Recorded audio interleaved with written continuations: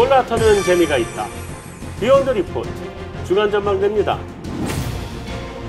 오늘도 우리 금융시장의 핫한 아이템들을 리포트 밖의 이야기까지 탈탈 털어보겠습니다.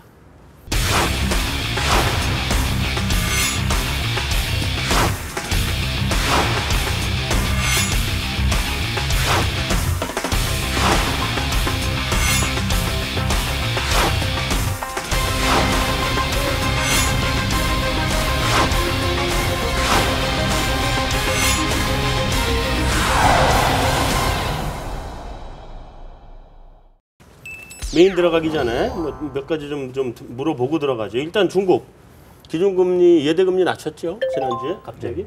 누가 좀 얘기해 주시겠어요? 뭐 사실 예상을 안 했던 건 아닌데 일단은 최근에 중국의 금리 정책이 주로 일요일 날, 그것도 저희 시간으로는 한 7시에서 8시 정도 굉장히 늦은막 시간에 갑작스럽게 좀 발표가 됐었는데요. 근데 지난번에 금리 났을 때도 그렇고 이번에도 그렇고 이렇게 내용을 보면 결국 이제 이후에 발표되는 경제 지표들이 굉장히 좀 안 좋았다라는 공통점이 있었던 것 같습니다. 결국 시장에서의 어떤 불안감들을 중국 정부 입장에서는 좀 완화시키기 위해서 금리를 인하를 한 게 아닌가 이렇게 싶고, 실제로 이제 이번 주 나온 중국의 4월달 실물 지표들을 보면 뭐 다들 예상보다도 다 하회를 하는 처참한 모습들을 좀 보여주었는데요. 결국 이러한 측면에서 보면 아직까지 중국이 지금 6개월 동안에 금리도 3번 내리고 지준율을 2번이나 인하를 했는데 사실 실물 경제들이 좋아진다라는 조짐들은 아직까지 굉장히 좀 없는 것 같습니다. 중국 지금 그쪽 하우스는 성장률 올해 얼마 정도 나가요? 혹시 뭐 숫자야 뭐 그 아시다시피 7 근처로 나올긴 할 것 같은데요. 6.89, 그죠? 실질은 6이 안 되지 않을까 싶습니다. 내가 아는 사람이 중국에서 현대자동차를 파는 사람이 있는데 그 친구가 자동차를 파는 친구인데 딱 얘기가 6 안 될 거라는데. 실질적으로 안 팔린다. 중국이 뭐 발표는 얼마가 나올지 몰라도 지금 현재 분위기가 계속 가면은 5자 봐야 될 것 같다는 얘기를 하더라고요. 이미 지난해 지방의 주요 생산 도시들은 6%대 성장을 지금 찍고 있는 걸로 저도 데이터, 뭐 허베이라든지 뭐 이런 데도 이렇게 데이터가 나왔던 것 같은데 그렇지 않나요? 사실 예를 들면은 산서성 같은 경우에 이번에 1분기 GDP가 마이너스 3% 났습니다. 어떻게 중국이 마이너스가 나와? 그러니까 이제 산서성 같은 경우에는 물론 이제 특수하죠. 이제 어떤 석탄을 팔고 있다라는, 근데 이제 유가 떨어지면서 석탄 가격이 같이 떨어졌기 때문에 영향을 미쳤긴 했지만 그래도 산서성이라는 한 성의 GDP가 마이너스 3%가 났다라는 거는 사실 본부장님 말씀처럼 이거를 총합을 했을 때 어떤 중국 성장률이 사실 발표된 7%보다 훨씬 낮을 수 있다라는 거를 분명히 좀 보여주는 것 같습니다. 우리 외환 시장, 일본 외환 시장 좀 한번 이 브리핑을 한번 해주시죠. 일단 눈에 띄는 거는 엔원 환율이 900원을 하회했다가 다시 920원 부근으로 올라왔다는 게 제일 눈에 띄는 부분이고요. 달러 원 환율이 막 60원대를 찍었다가 일단 외국인 주식 매수 좀 잦아들었고 무엇보다 좀 외환 당국의 좀 개입 강도가 다시 강해진 것 같아요. 일단 4월 중순에 이제 미국의 환율 보고서 발표 한 10일 전부터는 외환 당국이 별로 뭐 구두 개입도 안 하고 별로 개입을 그러니까 눈에 띄게 안 하더라고요. 근데 발표하고 며칠 있다가 4월 말부터는 다시 또 개입 강도를 높이고 있고, 특히 최근에 뭐 박 대통령도 그렇고 최 부총리도 그렇고 환율, 그다음에 엔저, 그리고 수출 부진 우려 이런 얘기들을 계속 하고 있고, 또 6월에는 경상흑자 축소하고 환율 때문에 해외 투자 활성화 방안도 발표하겠다 뭐 이렇게 얘기를 했거든요. 그래서 개입 강도가 좀 높아지면서 수요일에, 그러니까 지난 수요일에 환율이 거의 1,100원 부근까지 급 반등을 했었거든요. 특히 수요일에는 뭐 올라갈 별 재료가 없었는데도 이제 환율이 막 오르다가 또 이제 목요일에는 다시 또 달러 지수가 3개월 내 최저로 떨어졌거든요. 그래서 그런 것들 반영하면서 약간 반락하긴 했는데 여전히 뭐 90원대 위에서 지지를 하고 있는 모습입니다. 엔화는 어떻게 가요? 엔화는 사실 그냥 거의 118엔대 중반, 120엔대 초반 여기서 계속 지금 박스권 등락이거든요. 그래서 달러 엔의 움직임은 그냥 사실 그저 그렇고 달러 원이 좀 움직이면서 엔원이 많이 좀 반등했다고. 내려가는 거고. 예. 그럼 엔화는 지금 120을 크게 상회할 가능성도 제한적이고, 예. 그다음에 그거에서 대폭 또 떨어져 내려갈 가능성도 제한적인 거죠. 예, 그럴 것 같은 게 뭐 해외 투자 일본에서 나가는 것들 그런 수급적인 부분들이나 어쨌든 미국이 금리를 언젠가는 올릴 거라는 그런 기대들 그런 것들이 좀 하단을 단단하게 지지하고 있는 것 같습니다. 이런 쪽들이 독일 국제 쇼패팅에 이렇게 들어가고 그게 미국으로 옮겨가고 하면서 일단 가격 변동성을 키우는 트리거가 되지 않았나. 이런 식으로 마이너스 금리가 가면 유럽의 그 금리 기관들이 다 망할 거다라는 막 유럽은 아직까지는 안정을 원할 겁니다. 금리를 낮게 유지시켜줄 수 있는 정책들에 대한 포커싱을 맞추면 한숨은 돌릴 수 있지 않을까. 지난주에 글로벌 국채 시장이 좀 요동을 쳤죠? 네. 전반적으로 한번 좀 오버롤하게 한번 얘기를 좀 해주시죠.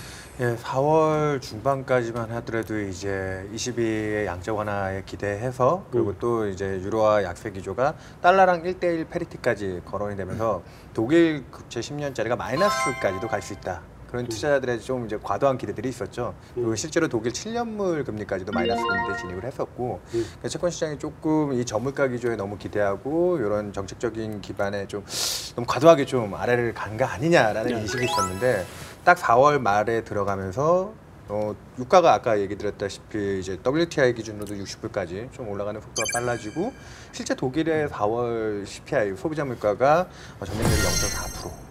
생각보다는 조금 이제 올라가는 속도가 빨라지는 모습들을 보이다 보니까 이 마이너스 금리대에 대한 고민들이 많이 커졌고요.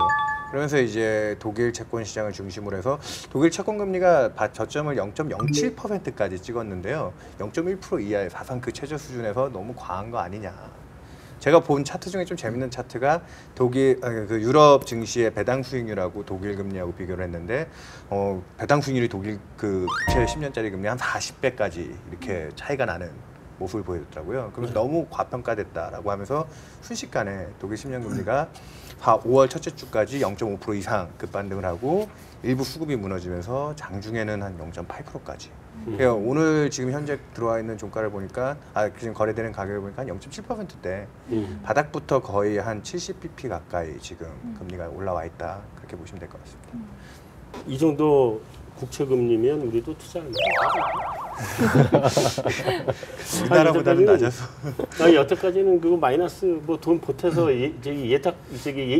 예금 보관료 내고 맡겨야 된다고 이러고 그런 얘기가 나왔었잖아요. 근데 이제는 우리도 그러면 그 요즘 외환시장에 달러 공급 늘어나고 있는데 이거 좀 퍼내야 되긴 퍼내야 되는데 그러면 나갈 정도 되지 않나? 사실은 우리 금리보단 낮다고 해도 리스크까지 다 감안하면 그게 더 싼 거 아니, 좋은 거 아닌가? 글쎄요, 이제 뭐 수익이 안 나와? 안 나오지 않을까요? 유럽 쪽은 아직 금리 문제가 있고 차라리 미국 금리가 네. 요즘에 30년물 같은 채권은 우리나라가 이제 미국보다도 낮습니다. 그래서 미국 지금 얼마까지 갔어요, 그럼?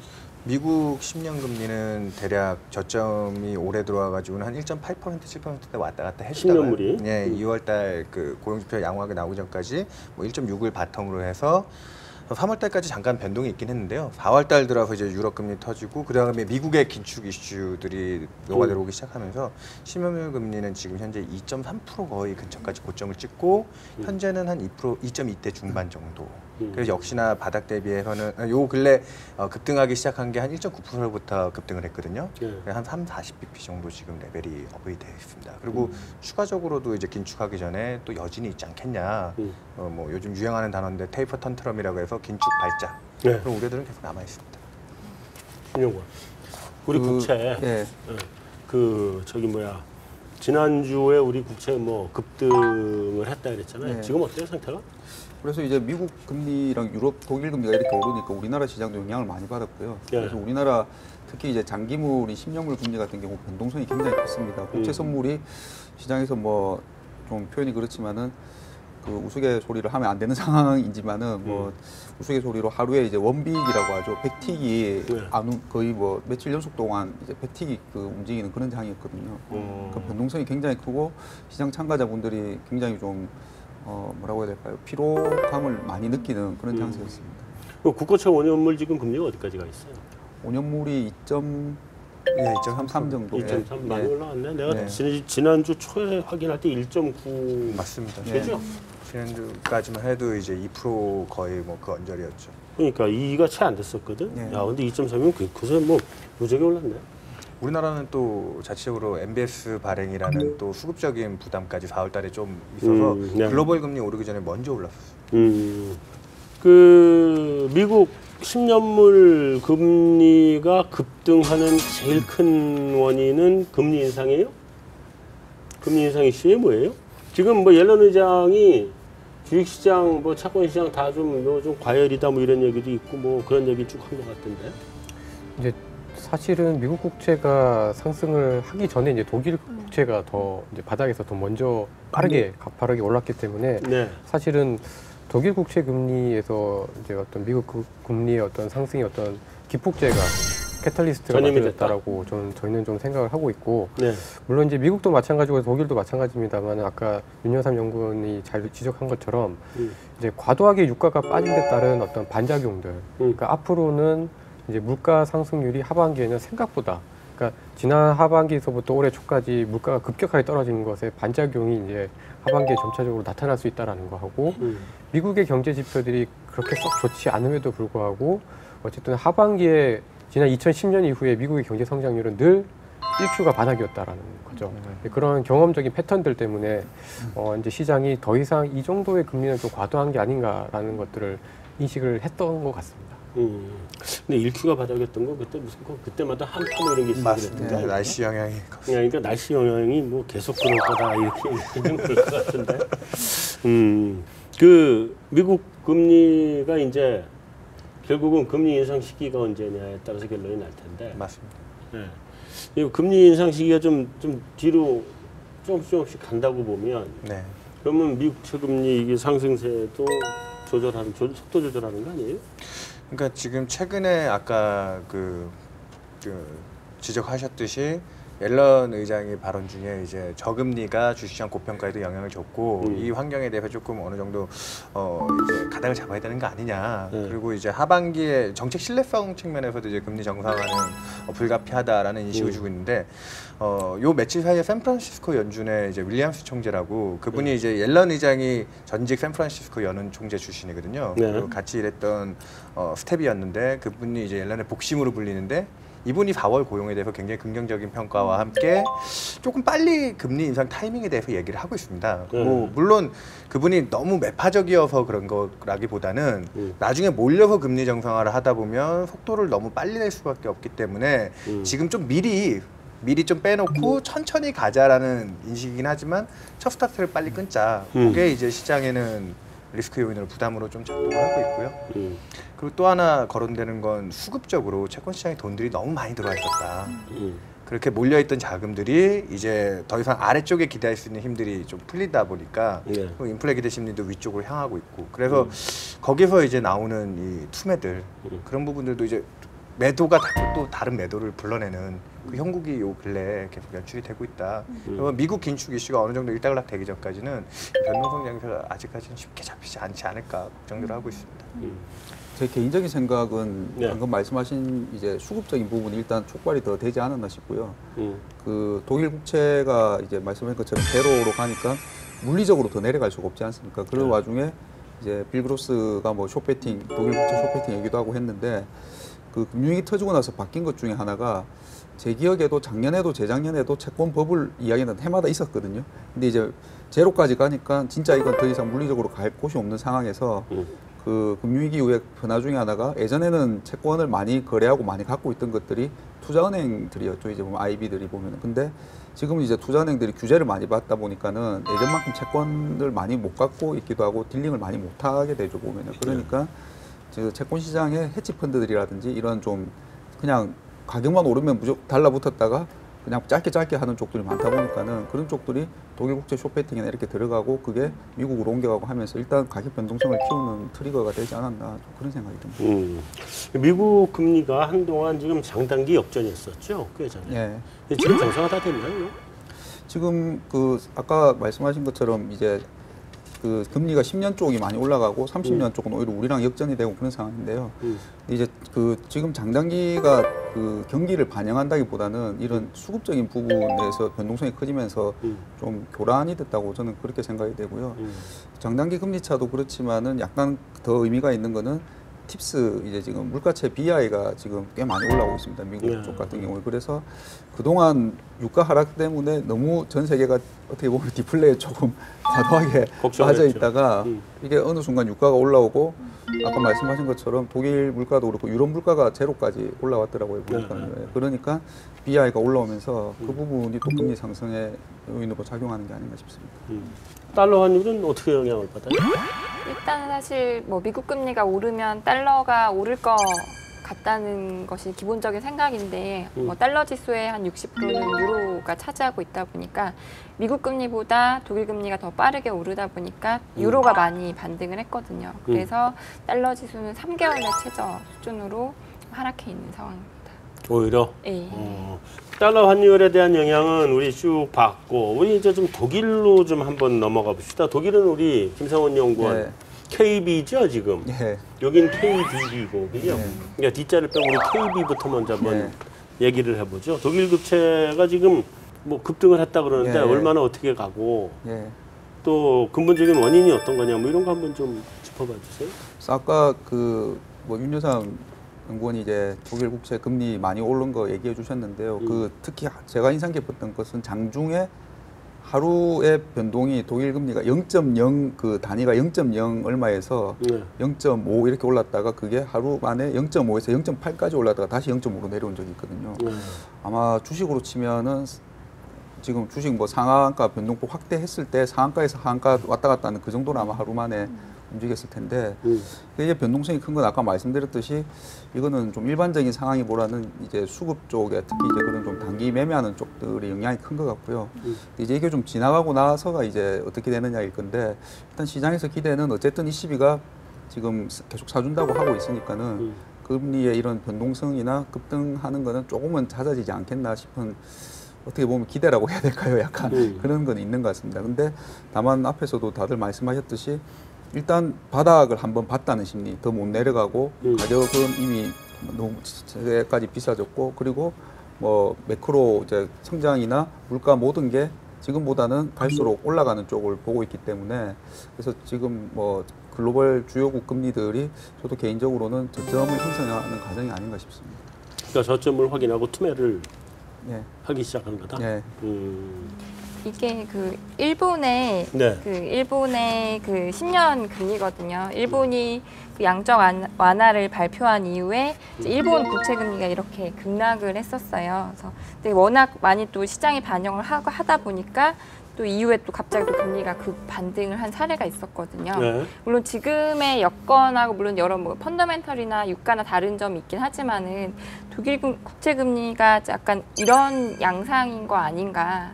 저는 그렇게 생각하고 계속 어쨌든 사주면 금리는 빠질 요인이 더 크지 않나 저는 그렇게 생각하고 있습니다. 요 근래 이제 유럽에서도 생각보다 물가가 올라오고 경제가 오늘 성장률 기대치도 유로존 전체가 1%에서 한 1% 중반까지 이제 상향 조정이 되고 있는 과정이기 때문에 드라기 총재가 지금 최근에 옐런보다도 드라기 총재의 입을 더 지금 주목해야 되는 거 아니냐. 그래요? 왜냐면 이 시장 안정에 대해서 조금 지금쯤이면 한번 나서줄 때가 됐는데 6월 첫째 주에 22회까지 이제 기다려야 되는 건가. 아직 2주가 넘는 시간이 남아 있는데 금융시장이 불안해하는데 드라기가 과연 여기서 또 다시 예전처럼 슈퍼 마리오처럼 이렇게 등장을 해줄 수 있는가. 근데 그는 지금 좀 왜 참고 있는가 많이들 궁금해들 하고 있는데 아무래도 그 반대편에 또 항상 그 ECB 쪽에서 의견을 낼 때 독일의 분데스방크 같은 데서는 이 물가라든지 뭐 이 과잉 유동성이 공급됐을 때 부작용이라든지 이런 걸 항상 견제해 왔거든요.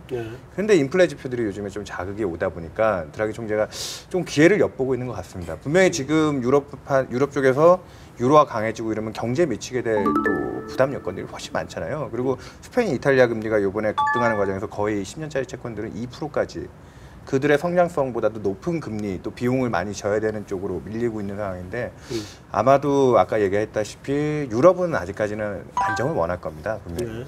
그러니까 미국 긴축이라는 이슈도 있긴 하지만 유럽 쪽에서 좀 더 금리를 낮게 유지시켜줄 수 있는 정책들에 대한 포커싱을 맞추면 한 번은 좀 이제 또 되돌림이라든지 한숨은 돌릴 수 있지 않을까 생각을 하는데 그래도 결국엔 또 3분기 가면 미국이 금리 올린다 했을 때 어제도 그린스펀이 그거에 대해서 한마디 했거든요.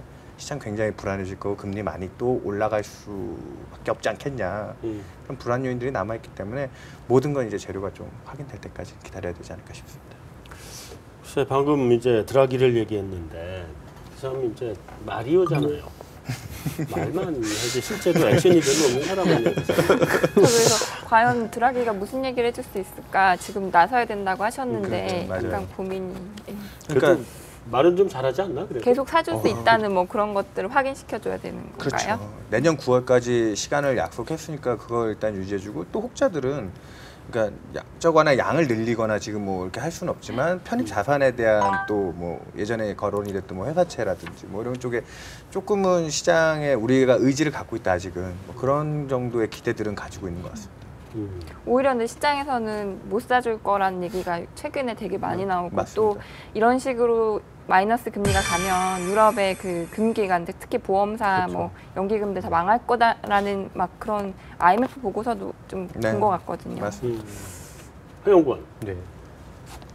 22 양적 완화보다 미국 연준이 국제금융 시장에 영향이 더 큰 거 아니에요? 연준의 액션이 뭐가 나오면 그냥 그런 거 아니에요 원래? 원래는 그런데요. 네.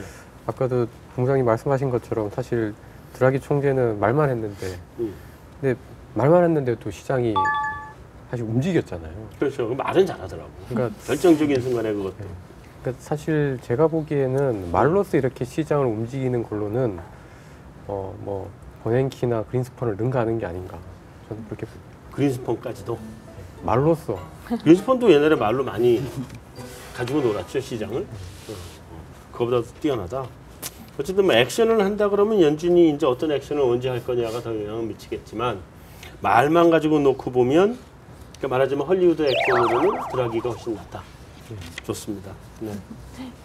이번에 그 국제금리 이렇게 막 급등을 하고 이러는 과정에서 아까 얘기했던 것처럼 이제 바닥을 확인한 거 아니냐 이런 얘기들이 나오고 그러면서 채권 가격이 이제는 하락 국면으로 들어서는 거 아니냐 이런 얘기들이 나와요. 그건 어떻게 생각해요?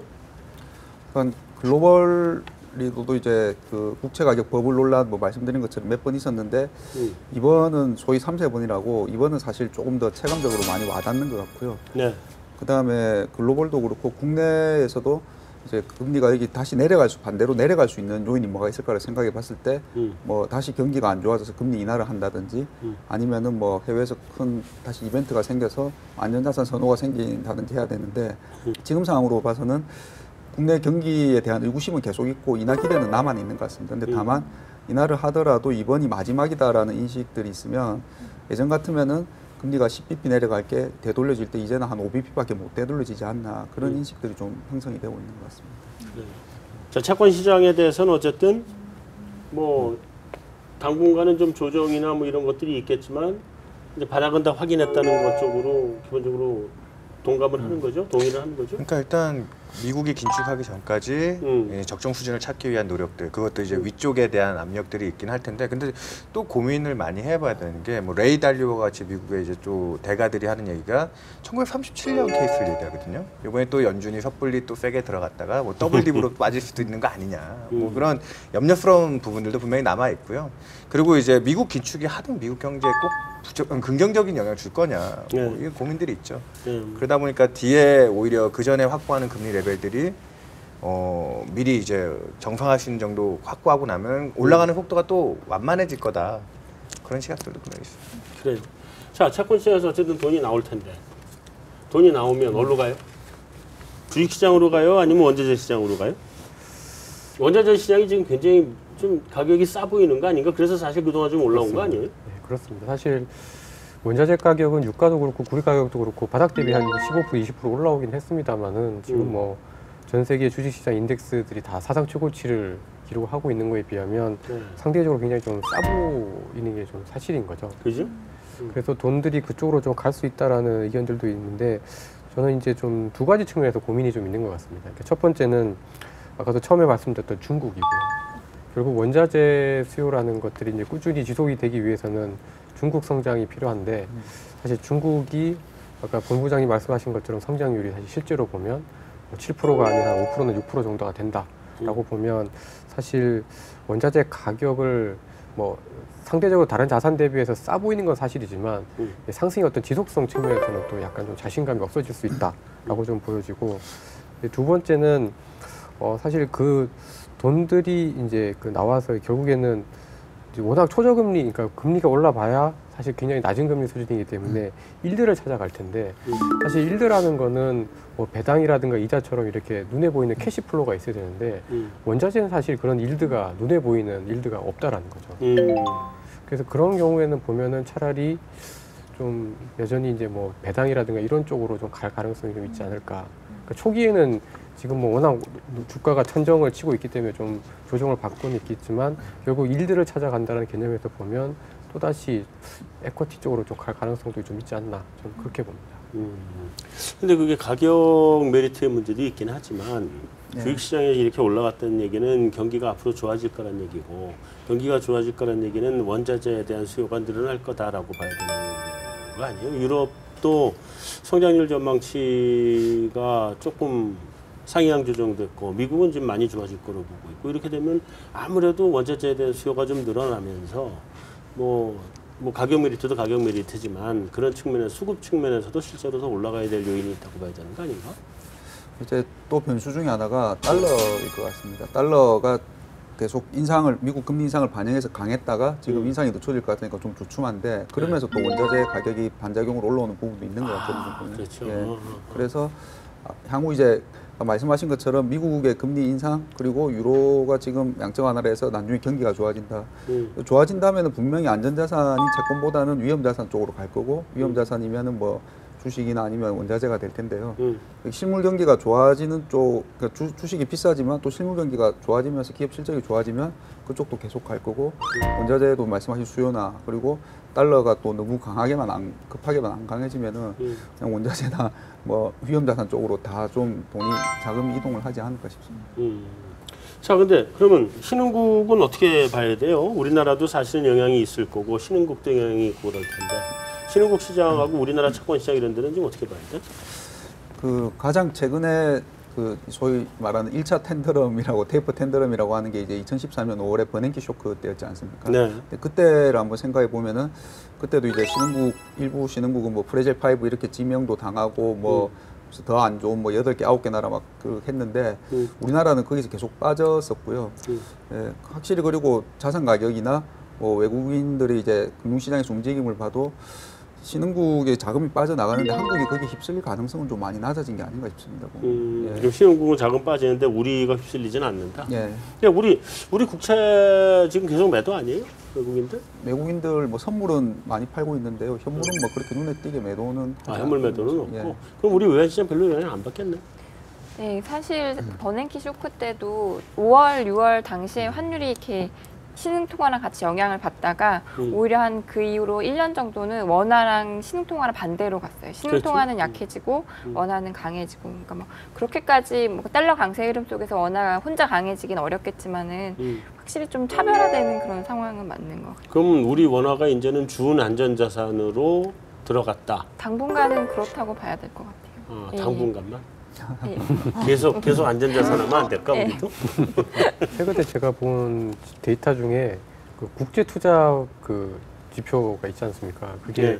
지난해 3분기하고 4분기 이제 2분기 연속 저희가 이제 플러스. 순자산. 그러니까 이제 한국이 이제 순채권국이 됐다라는 건데 사실 엔화도 보면 그렇게 순채권국으로의 지위가 확고해진 이후에 굉장히 좀 안전자산으로서의 지위가 굉장히 좀 강해졌기 때문에 저는 뭐 이게 얼마나 지속될지는 잘 모르겠지만 어쨌든 결국에는 국내 투자자들이 결국 해외 투자 많이 할 거고 그리고 그러면 해외 자산을 많이 투자를 하게 되면 이제 채권국으로서의 가는 어떤 기반 자체는 좀 만든 게 아닌가. 그래서 저도 조금씩은 정착됐다고 예, 생각해요. 말씀하신 것처럼 뭐 이렇게 좀 안전자산으로서의 역할들을 좀 찾아가고 있지 않나 싶습니다.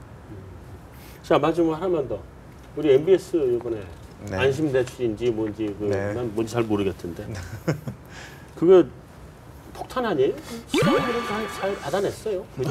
일단은 정부 쪽에서 그동안 이제 가계부채 건전성 문제 때문에 이 변동금리부 대출이 많다 보니까 이게 금리 올라갈 때 또 가계 이자 부담 문제라든지 그걸 해소하기 위해서 이제 아주 저리에 뭐 2% 중반대에 이제 고정 대출로 전환을 시켜주는 정책을 네. 시행했고 그리고 이게 또 성황리에 좀 잘 돼서 1차 20조 나가고 또 추가로 20조 했는데 뭐 2차는 한 14조 나가서 34조 원이라는 자금이 이제 좀 가계부채 건전성을 갖는 자산으로 변했고 그러면서 이제 그 과정에서 이제 채권 시장은 그 대출이 MBS로 전환이 되면서 이제 공급 물량이 좀 많이 늘어나게 되는 그러니까. 예, 부담이 생겼습니다. 주택금융공사가 올해 이제 부동산 시장이 좀 활성화되면서 적극 대출이 많이 늘어서 기존에도 한 10몇 조 원 정도 이 안심전환 대출이 없어도 MBS 발행이 좀 있을 거다라고 봤는데 이 안심전환 대출까지 합쳐지니까 한 50조 이상의 MBS 공급 물량이 채권 시장에 좀 부담이 되지 않겠냐.